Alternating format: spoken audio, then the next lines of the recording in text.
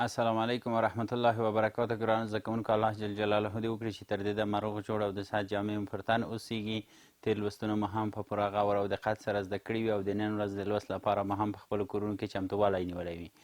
ګرانو زده کوونکو، راځو په تېر لوست باندې په لنډو ټکو کې کتنه کوو تر څو ستاسو ته تکرار او ښه مو زده شي. څرنګه چې موږ تاسو په تېر لوست کې ګرانو زده کوونکو کیمیاوي معادله او د هغې مفهوم ولوست او ومو ویل چې کیمیاوي معادله د کیمیاوي تعامل بیانونکی او ښودونکی دی چې کیمیاوي تعامل کوونکي مواد په کیڼ لوري کې او د وکتور او لاسته راغلي محصول مواد یې په ښي لوري کې د وکتور لیکل کیږي. او همدارنګه موږ تاسو وویل چې کیمیاوي معادلې کې موږ تاسو مختلفو نښو او علامو څخه ګټه اخلو چې اسمانه جامد، المانه مایع موادو لپاره جي ګاز، ایکیو بلند محلول، اس او ال بې اوبو محلول، په همدې توګه وکتور چې هغه خپله د لاسته راوړلو د موادو لاسته راوړلو معنا ورکوي یا د حاصلیږي یا ورکوي. او په همدې توګه دوه وکتورونه دواړو خواو ته بیرته راګرځونکي تعاملونه او همدارنګه د ازادېدلو پورته خواته وکتور ازادېدلو معنا لري او ښکته خواته د رسوب. او په همدې توګه تودوخې، فشار او نور تعاملونه مو هم موږ تاسو په تعاملونو کې نښې او علامې نورې هم زده کړې. بیا به د کیمیاوي معادلو ډولونه وپېژندل چې په څلور ډولونه وو: په تور لیکلې معادله، همدارنګه سمبولیکه معادله، توصیفي معادله او شکلي معادله. ښه ګرانو زده کوونکو، دا و زموږ ستاسو د تېرې ورځې لوست او ستاسو کورنۍ دنده وه. د 179 صفحې 2 فعالیتونه یا کړنې او د 180 صفحې یو فعالیت یا کړنه. په دې هیله چې کورنۍ دنده مو اجرا کړې وي. ډېر ښه ګرانو زده کوونکو چې تاسو کورنۍ دنده هم اجرا کړې ده. نو راځو د نن ورځې په لوست باندې پیل کوو. بسم الله الرحمن الرحیم. د نن ورځې لوست مو بیا هم د لسم ټولګي د کیمیا مضمون د 9 څپرکي موضوع ده، د کیمیاوي تعاملونو ډولونه. په نن ورځ لوست کې به موږ تاسو ګرانو زده کوونکو کیمیاوي تعاملونو ډولونه وپېژنو. زموږ موخې په دې لوست کې دا دي ګران زده کوونکو، تر څو تاسو ګران زده کوونکي د دې لوست تر پایه پورې د کیمیاوي تعاملونو ډولونه وپېژنئ او همدارنګه د کیمیاوي تعاملونو ډولونه زده کړئ. د لوست پاڼه مو 180 پاڼه ده او لوست مو 62 لوست ده. ګرانو زده کوونکو، د کیمیاوي تعاملونو ډولونه موږ تاسو په خپل شاوخوا چاپېریال کې مختلف مواد لرو، مختلف بدلونونه ګورو چې ځینې د هغې فزیکي بدلونونه، ځینې بیولوژیکي بدلونونه او ځینې هم کیمیاوي بدلونونه دي. او موږ تاسو له هغې سره نیغ په نیغه او یا په غیر مستقیمه توګه د همدغه بدلونونو تر اغېز لاندې هم راځو او همدغه بدلونونه موږ تاسو هم سرته رسوو. موږ تاسو په کیمیا کې ډېر زیات ډولونه د کیمیاوي تعاملونو لرو چې د هغې له جملې څخه موږ تاسو په لنډو ټکو کې 15 ډوله عمومي د کیمیاوي تعاملونو ذکر کولی شو. د کیمیاوي تعاملونو ډولونه: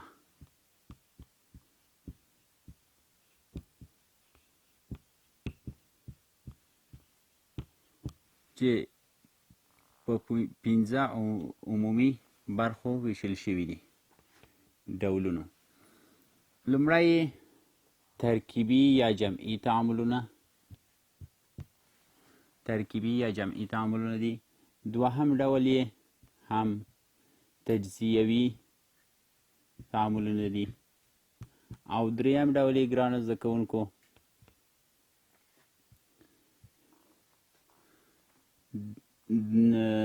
تعویضي تعاملونه دي. تعویضي یوګوني یعنی ساده یا یوګوني. او څلورم ډول یې تعویضي دوهګوني تعاملونه دي. تعویضي یا د بې ځایه کېدو دوهګوني.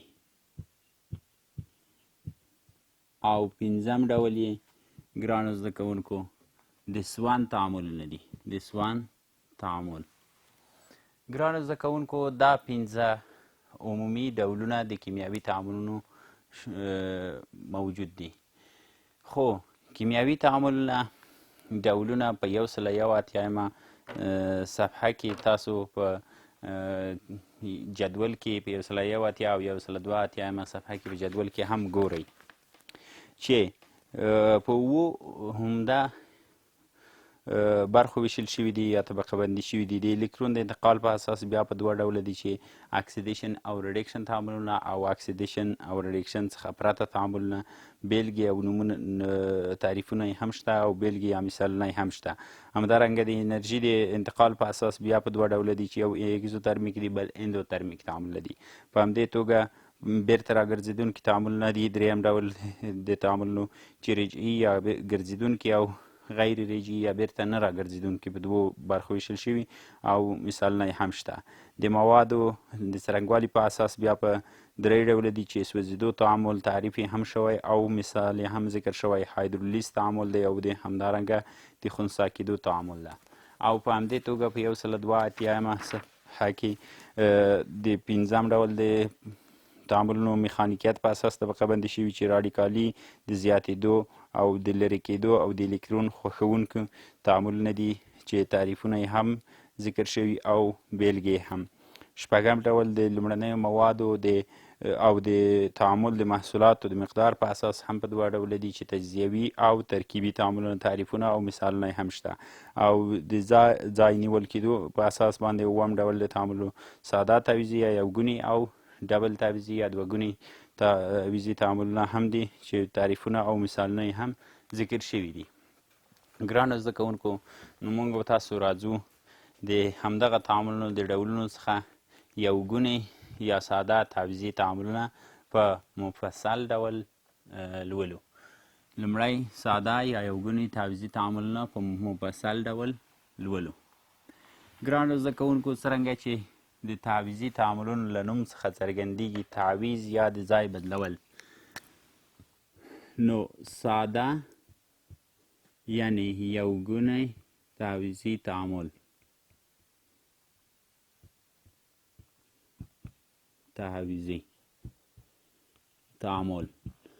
دا هغه تعامل دی ګرانو زده کوونکو چې په دې کې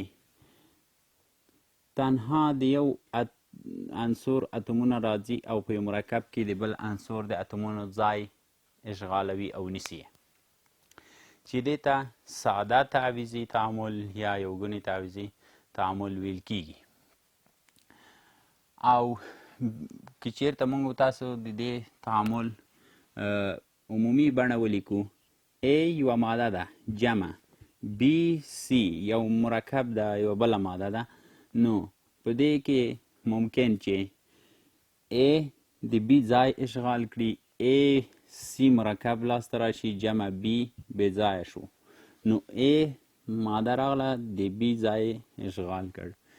او ممکن داسې هم ولیدل شي چې A جمع B C او په پایله کې A ماده راشي د C ځای ونیسي، A B او جمع C بې ځایه کړي. دا دواړه عمومي بڼې کیدلی شي. ګرانو زده کوونکو، که چیرته موږ تاسو د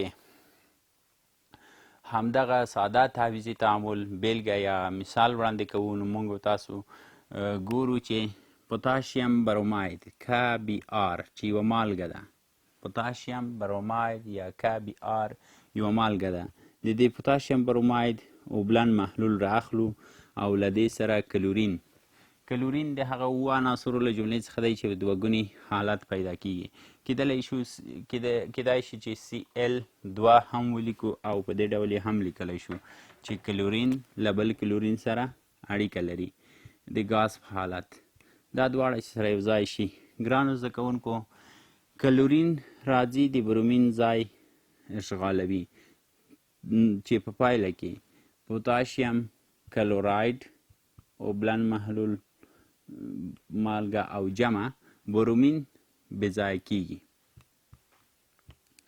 برومین په مایع حالت بې ځایه کیږي چې په هماغه نو موږ تاسو ګرانو زده کوونکو، برومین هم د هغه اووه عناصرو له جملې څخه دی چې دوه اتومه یو ځای پیدا کیږي، نو Br2 لیکو.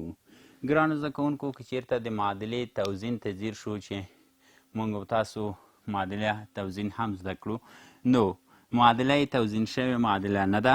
د معادلې د توزین لپاره موږ تاسو داسې کوو چې لومړی د اتمونه شمیرو. پوتاشیم په تعامل کوونکو موادو کې یو اتوم په محصول موادو کې هم یو اتم، او برومین په تعامل کوونکو موادو کې یو اتم، په محصول موادو کې دوه اتمه. نو موږ تاسو مجبور کیږو چې د پوتاشیم بروماید عمومي ضریب تبدیل کړو له یو څخه په دوه. نو دوه برومین په تعامل کوونکو موادو کې او دوه په محصول کې. پوتاشیم دوه اتمه شو، پوتاشیم به په محصول موادو کې هم دوه اتمه کړو، ضریب به یې ورته تغییر کړو، دوه پوتاشیم. او کلورین دوه اتمه په محصول موادو کې، په تعامل کوونکو موادو کې هم دوه اتمه دی، نو معادله یې هم توزین شوه. په همدې توګه موږ به تاسو ګرانو زده کوونکو کولی شو چې د اوسپنې اکساید هم د المونیم سره تعامل ولیکلو، او د تعامل له لیکلو څخه وروسته د دوی تعویضي تعامل وپیژنو. ګرانو زده کوونکو، المونیم په جامد حالت پیدا کیږي. د تختې کور یا پاسنۍ برخه یې هم المونیم څخه جوړه شوې ده. جمع د اوسپنې اکساید Fe2O3 چې د اوسپنې اکساید هم په جامد حالت باندې پیدا کیږي. کله چې دا دواړه سره تعامل وکړي په پایله کې ګرانو زده کوونکو المونیم راځي د اوسپنې ځای اشغالوي او المونیم اکساید جوړیږي Al2O3 چې دا هم یوه جامده ماده ده. جمع اوسپنه بې ځایه کیږي په جامد حالت. ښه ګرانو زده کوونکو، دلته هم تعویضي تعامل سرته رسېدلی دی. د دې لپاره چې معادلې توزین ته ځیر اوسیږو، المونیم په تعامل کوونکو موادو کې یو اتم، په محصول موادو کې دوه اتمه، او اوسپنه په تعامل کوونکو موادو کې دوه اتمه، په محصول موادو کې یو اتم. اکسیجن په تعامل کوونکو موادو کې درې اتمه، په محصول موادو کې هم درې اتمه. نو راځو ګرانو زده کوونکو، په تعامل کوونکو موادو کې د المونیم ضریب ورته په دوه بدلوو. دوه المونیم، په محصول موادو کې هم دوه اتمه المونیم. اوسپنه دوه اتمه په تعامل کوونکو موادو کې، په محصول موادو کې هم ورته ضریب دوه لیکو چې معادله یې هم توزین کیږي. ښه ګرانو زده کوونکو، نو دا هم د المونیم او د اوسپنې ترمنځ تعویضي تعامل و، او کیدای شي موږ تاسو په دې اړه ډېر معادلې او ډېر څه وګورو او ویې وینو. که چېرته موږ تاسو ګرانو زده کوونکو جست سلفیټ محلول په نظر کې ونیسو، چې په بښنې سره میس سلفیټ محلول په نظر کې ونیسو چې له جست سره د تعامل کړی ده، هغه هم یو تعویضي تعامل، جمع جست. جست په کوم حالت شتون لري؟ په جامد حالت، یو فلز ده. په پایله کې ګرانو زده کوونکو جست سلفیټ مرکب په محلول حالت او همدارنګه میس په جامد حالت آزادیږي. ښه ګرانو زده کوونکو، څرنګه چې تاسو ګورئ په دې تعامل کې هم جست د میسو ځای اشغال کړی دی، یعنی تعویضي یو ګونه یا ساده تعویضي تعامل سرته رسېدلی ده چې جست میس په تعامل کوونکو موادو کې یو اتم، په محصول موادو کې هم یو اتم. سلفر په تعامل کوونکو موادو کې یو اتم، په محصول موادو کې هم یو اتم. اکسیجن په تعامل کوونکو موادو کې څلور اتمه، په محصول موادو کې هم څلور اتمه. جست په تعامل کوونکو موادو کې یو اتم، په محصول موادو کې هم یو اتم دی. نو معادله یې هم توزین شوې معادله ده. ښه ګرانو زده کوونکو، راځو په دې اړه زه تاسو ته یو څو عمومي معادلې لیکم چې تاسو یې باید زده کړئ. ګرانو زده کوونکو، د ساده تعویضي تعاملونو کې که چېرته موږ تاسو وګورو چې د ساده تعویضي تعاملونه سرته رسیږي، د هغې لپاره یو څو عمومي معادلې هم لرو. که چېرته ګرانو زده کوونکو فعال فلز د اوبو سره تعامل وکړي، جمع اوبه، هر فعال فلز چې له اوبو سره تعامل وکړي، په پایله کې ګرانو زده کوونکو د همغه فلز اړوند القلي لاسته راځي او هایدروجن د ګاز په شکل آزادوي. د هایدروجن ګاز دا عمومي معادله ده چې د فعال فلز د اوبو یو اتم هایدروجن بې ځای کوي. ساده تعویضي تعامل یوه بېلګه ده. د فلزونه که چېرته ځینې فلزونه د تیزابو سره یو ځای شي. تیزاب په پایله کې ګرانو زده کوونکو چې کله فلز او تیزاب سره تعامل وکړي نوې مالګه او ضعیف غیر فلز لاسته راځي. نوې مالګه او جمع ضعیف غیر فلز. په همدې توګه ګرانو زده کوونکو که چېرته فعاله غیر فلز فعاله غیر فلز فعال غیر فلز له مالګې سره یو ځای شي چې دلته هم جمع مالګه ساده تعویضي تعامل ترسره کیږي، نو په پایله کې ګرانو زده کوونکو نوې مالګه او جمع د هایدروجن ګاز ازادیږي. د هایدروجن ګاز چې دا ټول د ساده تعویضي تعاملونو عمومي بڼې او شکلونه دي. او په همدې توګه ګرانو زده کوونکو که فعال فلز جمع مالګه سره یو ځای شي مالګه، نو دا هم د ساده تعویضي تعامل بیلګه ده چې نوې مالګه او ضعیف فلز ورڅخه لاسته راځي. نوې مالګه جمع ضعیف فلز.